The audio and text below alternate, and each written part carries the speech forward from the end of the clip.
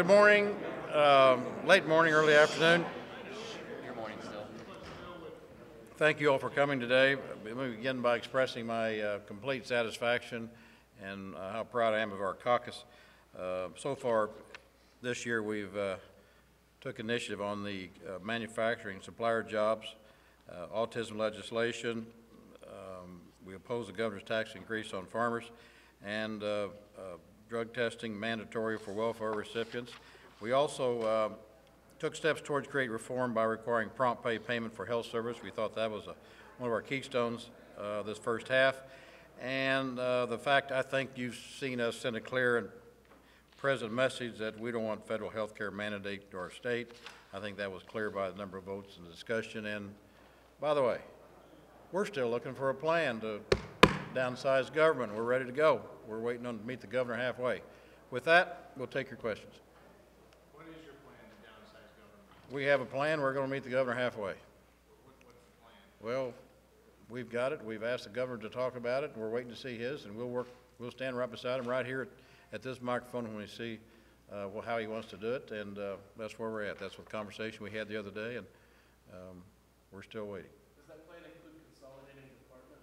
Everything's on the table as far as I'm concerned. On what? Representative Wilson's filing the bill today. I think that's pretty good. Yeah, I'm pleased that it's moving along. Alan, you want to come? Steve, what are going to be the big goals when you come back after the break?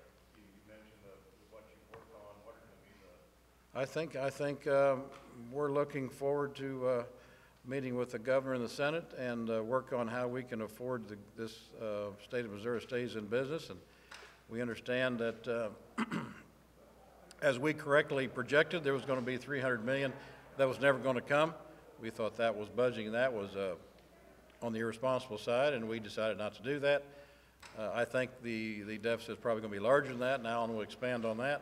I suspect that'll be our priority for the rest of the year is budget issues, and again, I think the governor wants to do, I think he has a plan. He wants to do the right thing. We're willing to meet him halfway, and we're willing to do that. We're still waiting on his plan. Alan, you want to? Just a follow-up. Budget issues. Yes, sir. Dominated the first part of the session, obviously. Yes. Has it become more dominant now that we're in the latest news? Yes, because every month gets worse, and the consensus revenue is getting off tilt, and Missouri's looking for leadership and looking for government that will operate within its means, and we are trying to do that, and we're looking forward to continue doing that. That's about all I have to say on it. What is one program in your plan that would be either gutted or greatly reduced? You know, I think that's probably, I don't want to, I mean, the governor, he's elected to do his job, and I'm elected to do mine. I just soon stand with him and we talk about it together, and I'm waiting on that. In the second half, what are you hoping to do on economic development? You know, I've really been kind of disengaged with jobs. Tim Fluke, if he's here, he can give you an update. Tim, are you here? He's working on the bills. He's working on the bills. He's out trying to create a job, I guess. Okay. I think we're waiting on Mosira to come from the Senate.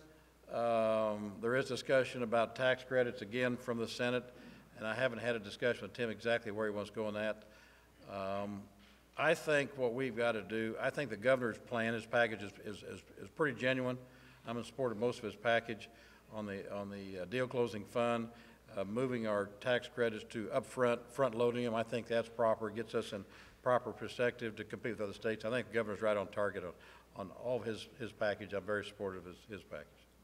Economic development's always kind of been your thing. Why have you been disengaged this time? Because I have a great guy that was with me in committee, and the fact that the budget is taking enormous amounts of my time and Alan Isets, and it is a priority of our caucus, and I think it's a priority of Missouri, and it's a priority of our country to get our economy rolling and to make sure that we don't make any mistakes in our budgeting process, make sure that we do have a sound fiscal policy, and I'm I'm with Alan most of the time, and our staff's working together, and I think that's a priority.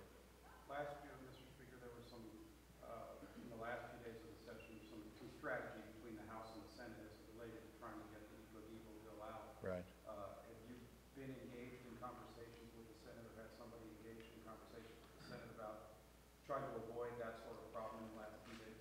We have a meeting set up right after the break with the Senate to discuss those very points. Yes, sir. You feel like you're getting anywhere with the governor? You know, he's under enormous amount of pressure. A Democrat governor, Republican House and Senate. It's times that we need to work together. It's times that is probably uncomfortable. Kit Bond did that years ago. It was uncomfortable with him. We've gone to him for suggestions on how to handle this in a bipartisan way. He's been Governor Bond, Senator Bond has been very helpful in how to work through this. I think Governor Nixon is I mean, I like the guy. I mean, and probably the fact that he and I have some rapport is probably why we tend to get chest to chest from time to time. I think probably he and I will wrestle a conclusion. He's under enormous pressure, and we're going to be there. We just want to make sure we're equal opportunity budget cutters and budget watchers, I think. Do you have any